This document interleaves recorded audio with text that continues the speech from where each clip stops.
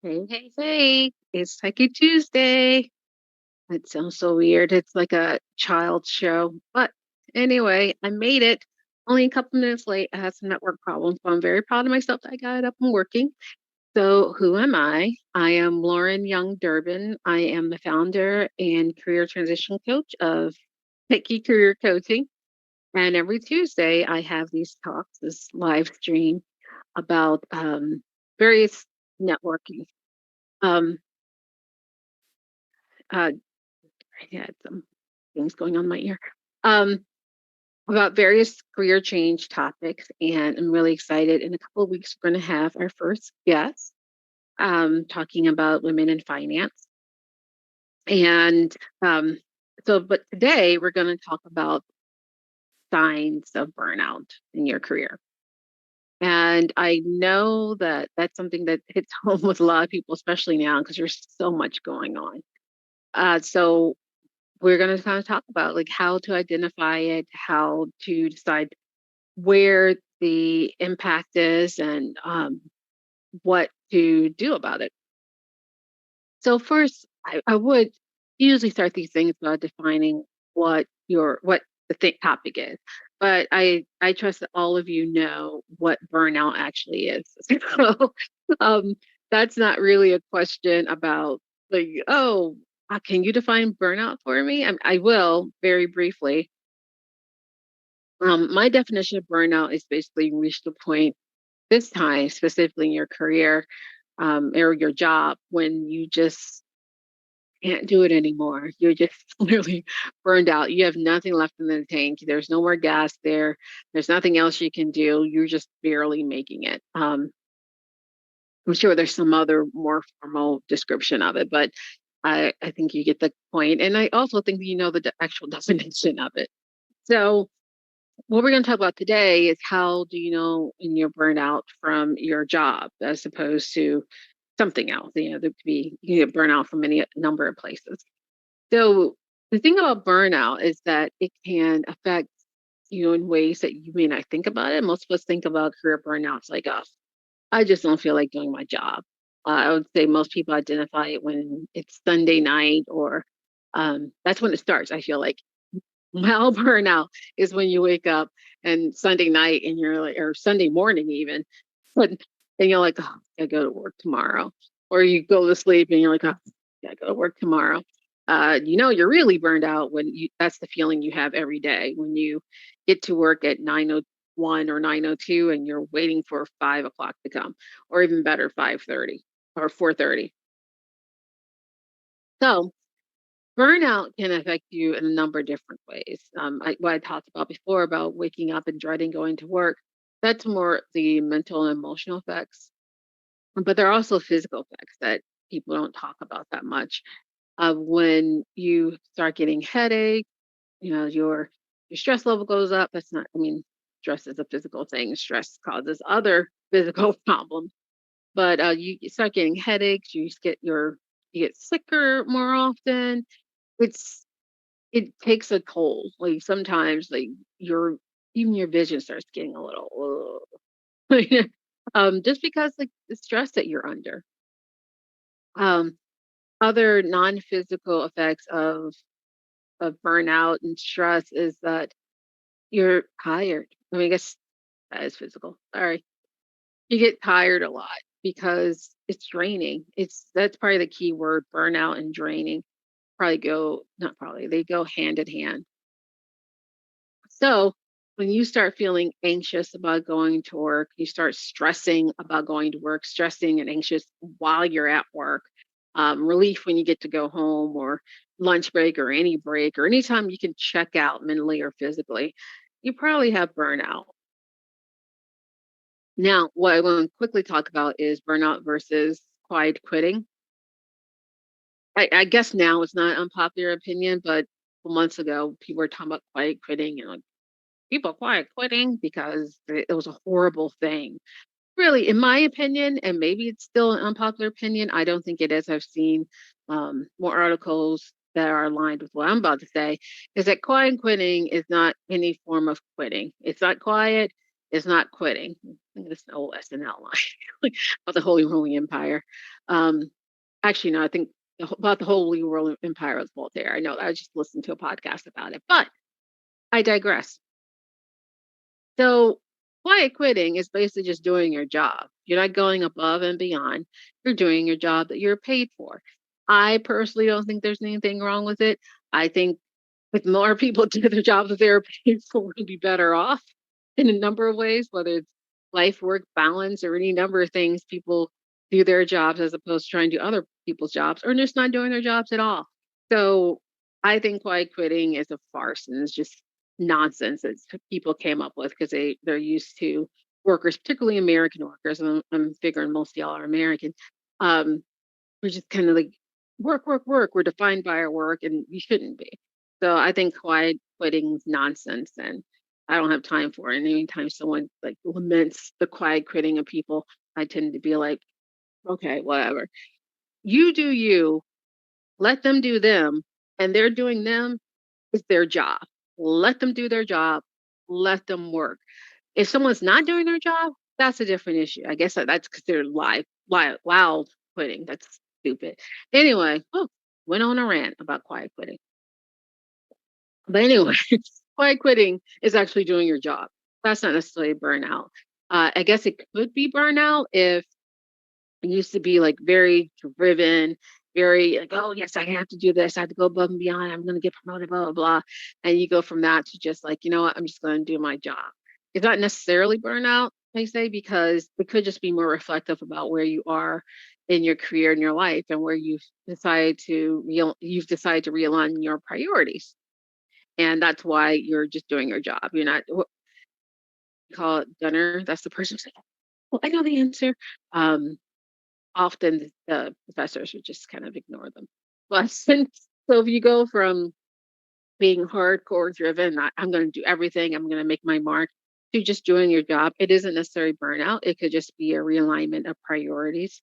It could be a sign of burnout, but I'm just saying, one, I think quiet quitting is nonsense. And two, that quiet quitting or just doing your job is not necessarily a sign of burnout. It could just be a sign of realignment of your priorities. So the next thing you want to do when you finally figure out, yeah, you know what, I am burned out. I'm just tired of this, and sometimes literally tired of it. And even worse if it's affecting your actual work because you just don't have the wherewithal to concentrate on your work or you're stressed, so you're making mistakes and that kind of thing. So what I always suggest people to do, I suggest all my clients to do, is really identify where the problem area is. Is it your job? Is it your career? Is it the company kind of deal? Um, then we'll talk about each one of those three in a bit. Um, one of the things I always try to get quickly figure out with my clients is if they need to change a career, if they need to, well, they need to change their career, if they need to change their job, or if they just need to change something within the job. So let's take one each of um, those scenarios. So if you're feeling burned out from your job, look and see what triggers your burnout. Like what triggers the anxiety or just like I can't take it anymore. If it's everything, it definitely is your job. Right? I shouldn't say definitely. It's most likely your job as a whole. So if there's something particular about it, maybe it's like I have too many meetings. That could be emails or something like that. There's ways that you can perhaps tweak your current position to make it more aligned with what you need to do and your work habits and that kind of thing. In that case, you'd want to try to tweak it, tweak your actual current job to see if that makes things better. Now, if it's just your job in general, it's not just meetings, it's your boss, it's your coworkers, it's the cafeteria food, it's just everything. Every, Everything gets on your nerves. You can't stand anything. Then you probably should change jobs. Start looking, and that could be jobs within. And when I say this, when I'm talking about this particular category, I'm talking about jobs that are within your current field. So you probably want to start looking for different positions in your same field, um, because you're not unhappy about what your overall work is doing, like what the area that you're working on. You're still interested in that. You still want to stay in that. You just don't want to do it in the current environment. And when that's the case, it's best to start looking for a new environment. Change your environment, change your life. um, the last category, and the most extreme category, is changing your career.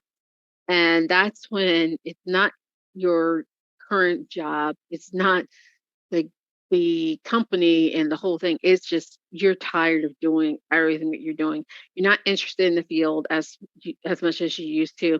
Maybe you never liked the field. You just fell into it and you're just like, well, I started doing it, so I'm gonna keep doing it for the next 10, 15, 20 years. And now you're starting thinking, I've been doing this for a long time and I've never liked it. Or I used to like it. Now I don't. Or things changed, whatever. You've changed. Your life has changed. Your priorities have changed. Whatever the reason, this is a really good time to start thinking about changing careers.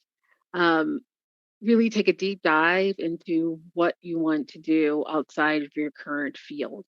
And sometimes I've worked with clients when they first start working with me, they thought they wanted to change careers, but really it was the second category where it's like, I just want to do something different. I still want to use my experience and my skills, but I still want to stay in this field, this industry. Um, but if you, like I said, if you just want to change what you're doing on the day-to-day basis, the topics that you're studying, the people you're talking to, you really want to think about making career change. And obviously, you can do that on your own. I always say it's easier to work with someone like me, a career change coach like me, that's to help people really hone in on what it is that they want to do. What do you like to do? What do you want to spend what do you want to get paid to do and spend your time doing? Because just because you like baking cakes at home for family and friends doesn't mean you want to open a bakery, even though you may think it does, because that's a whole other ballpark. Um, Working for people and doing something you love, because you might soon find yourself not loving it so much. But yeah, so when I talk to people I've had clients in all three of those categories. And it's important to identify where the problem area actually is. Because if you don't know what the problem area actually is, you might be taking the more extreme steps than you really need to. Like for instance, if you're just like, oh, I'm gonna change my job because I can't stand having to do this much admin work. You can change jobs, but if it's the same kind of job and you're still doing admin work, you're gonna be feeling crazy. So you really want to think about what it is that you want to do. And if it's something you can tweak, maybe you can streamline how you handle the admin work. And then you like your job more and you don't necessarily need to change jobs. Um, if you just are not, if your company or your company's policy or ways of doing things or values are in alignment with what yours are, you don't need to necessarily change careers. You might just need to change employers. Go becoming a consultant, be your own employer. I know it would kind of suck if you're your own employer. You're like, not aligned with what I want to do because you are the company. So we've talked about some of the effects of burnout, fatigue, stress, anxiety, not being able to concentrate, all those things. It's horrible. I've been burnt out.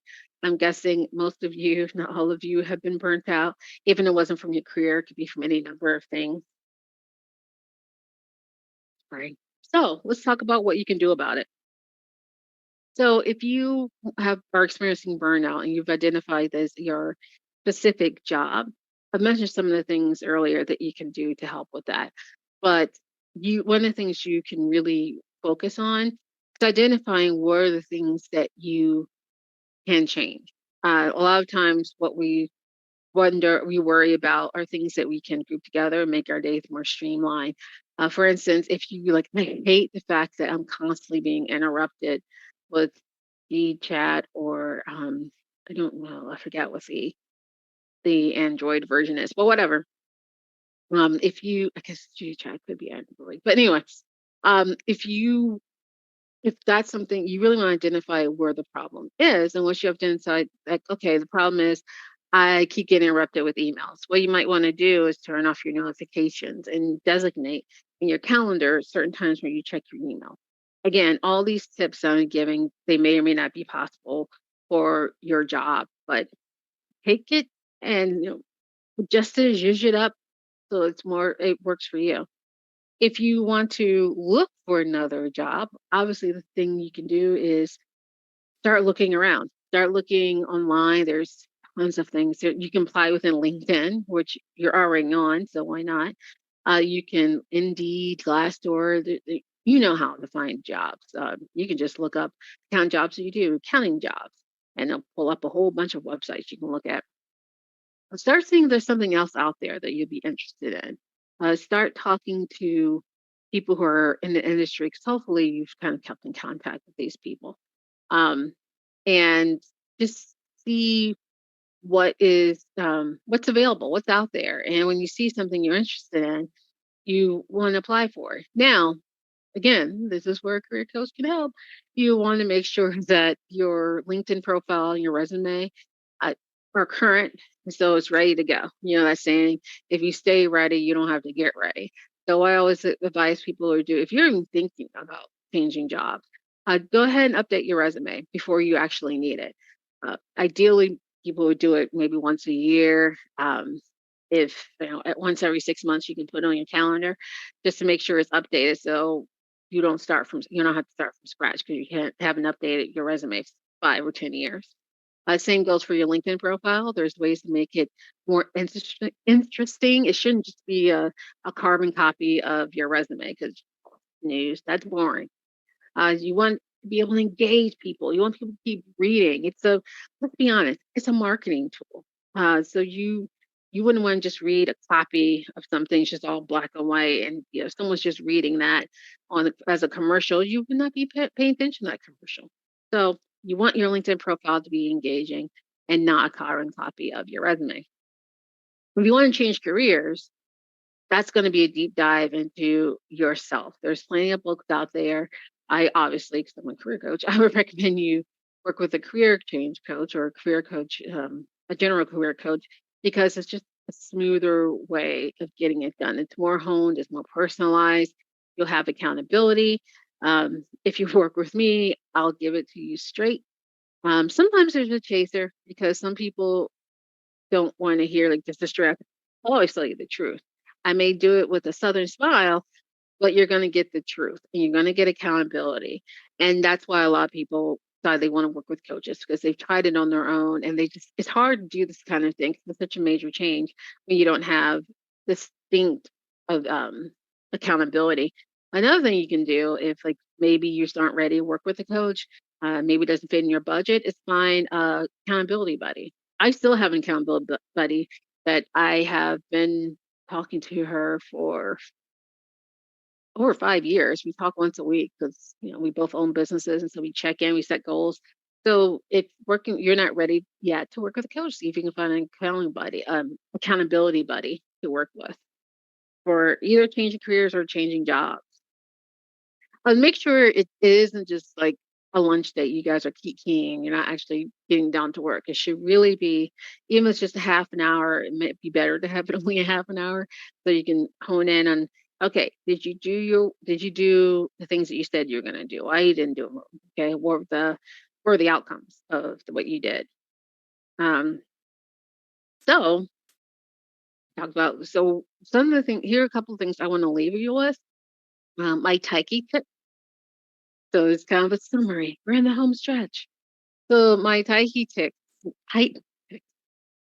my Taiki takeaways I want you to have for this Tuesday Taiki talk. I love alliteration. I love alliteration. I love puns. I love wordplay. I'm getting it just walking around the mulberry bush and back. Anyway, the Taiki takeaways I want you to have for this talk is to know the signs of burnout and identify where the problem areas are and start addressing those. The thing is that for those, you have to really pay attention.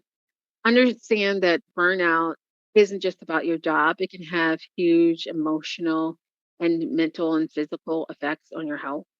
So there's real reasons to be worried about burnout and to take active actions against it once you realize you have it.